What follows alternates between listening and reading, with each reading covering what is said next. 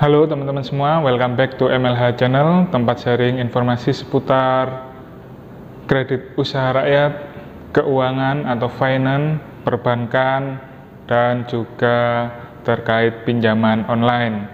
Oke teman-teman, di video kali ini saya akan membahas mengenai kredit usaha rakyat. Seperti di judul dan juga di thumbnail gitu ya, jadi berkat KUR BRI tahun 2023, usaha menjadi sukses dan berkah. Itu sebetulnya bukan penekanan, melainkan tanda tanya gitu ya. Bertanya ke teman-teman semuanya, khususnya yang sudah pernah mengajukan KUR di tahun-tahun sebelumnya, dan mungkin buat teman-teman yang juga sudah pencairan di KUR tahun ini. Jadi gini teman-teman, saya ingin diskusi lah ya, diskusi sama teman-teman semua, nanti bisa dituliskan di kolom komentar mengenai kredit usaha rakyat ini. Memang untuk kredit usaha rakyat ini kan ditujukan buat teman-teman, khususnya para pelaku usaha UMKM yang memenuhi persyaratan, di mana bunganya apabila dibandingkan dengan program pinjaman perbankan lainnya itu memang lebih menguntungkan gitu ya, atau lebih memudahkan teman-teman semua, karena bunganya itu efektif per tahun 6%. Jadi untuk bunga itu memang lebih ringan dibandingkan program lainnya. Kita coba bandingkan dengan Kupedes. Kupedes itu 0,95 sampai 1,25% per bulannya. Jadi kita anggap saja 1% gitu ya. Itu apabila 1 tahun maka bunganya 12% teman-teman. Jadi memang KUR atau kredit usaha rakyat ini lebih meringankan buat teman-teman pelaku usaha UMKM. Tapi ada pertanyaan di sini yang itu nanti bisa teman-teman jawab di kolom komentar untuk kita diskusikan di situ. Apakah buat teman-teman yang pernah mengajukan KUR itu mengalami dampak yang positif di usahanya? Maksudnya dampak positif itu seperti usahanya kemudian mengalami kenaikan atau bisa lebih melebar gitu ya, melebarkan sayapnya, kemudian bisa mendulang atau mendapatkan profit income itu makin meningkat, atau justru teman-teman merasa terbebani karena mungkin sebelumnya teman-teman itu tidak memiliki pinjaman atau tidak memiliki hutang gitu ya, sehingga tiap bulannya itu tidak memikirkan cicilan. Nah, di saat mengajukan KUR ini mungkin apakah teman-teman itu merasa per bulannya atau tiap bulannya itu mengalami tekanan gitu ya, karena mungkin pendapatan dari usaha teman-teman itu pas-pasan gitu, sehingga untuk membayar cicilan atau membayar angsuran dari kredit usaha rakyat ini teman-teman merasa berat. Nah, jadi itu bisa dijawab di kolom komentar teman-teman. Tujuannya apa? Agar kita itu bisa saling sharing gitulah.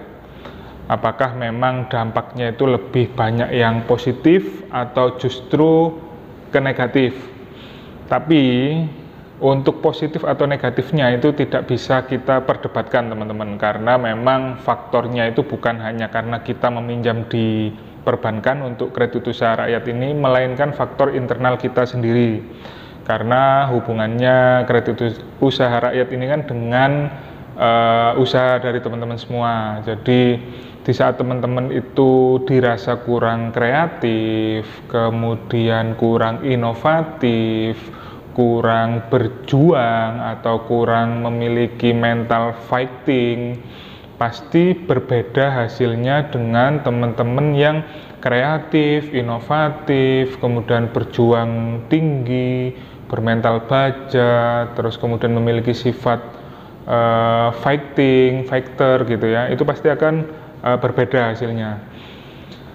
Nah, maksud saya di sini untuk teman-teman yang memang sudah pencairan kredit usaha rakyat ataupun yang sedang proses pengajuan, dan juga buat teman-teman yang ingin mengajukan kredit usaha rakyat tahun 2023 ini. Jadi saya itu memberikan atau menghimbau lah, mewanti-wanti ke teman-teman semuanya, karena namanya hutang atau namanya pinjaman itu kan pasti memiliki bunga ya, walaupun 6%, 7% itu kan dirasa lebih ringan daripada lainnya gitu ya, daripada pinjaman lainnya, tapi kan tetap saja memiliki bunga. Nah, maksud saya di sini, di saat teman-teman meminjam ke bank itu, meminjam kredit usaha rakyat, harap benar-benar benar-benar ditata dulu niatnya, jangan sampai di tengah perjalanan itu teman-teman mengalami nasib yang seperti tadi, yang kurang beruntung karena usahanya mungkin tiba-tiba mandek, atau kemudian ada musibah, atau intinya tidak sesuai harapan untuk kedepannya gitulah, sehingga teman-teman kesulitan dalam pembayaran bulanannya.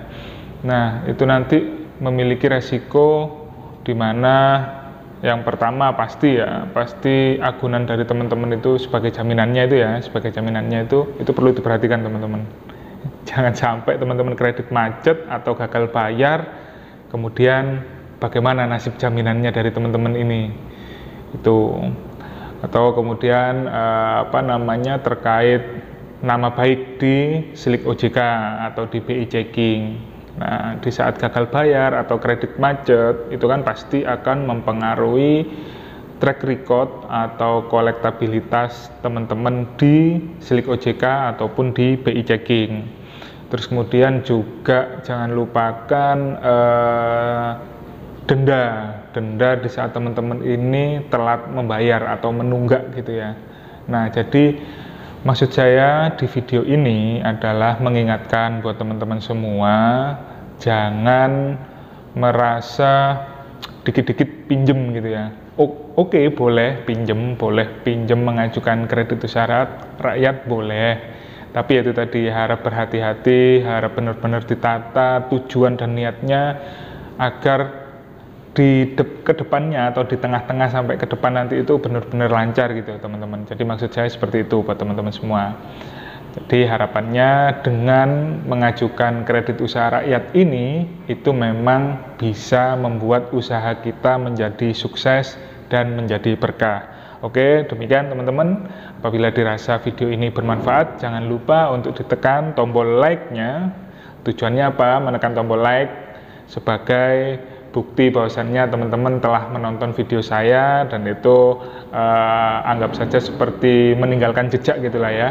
Dan juga di-share ke berbagai media sosial milik teman-teman semua. Oke, wassalamualaikum warahmatullahi wabarakatuh.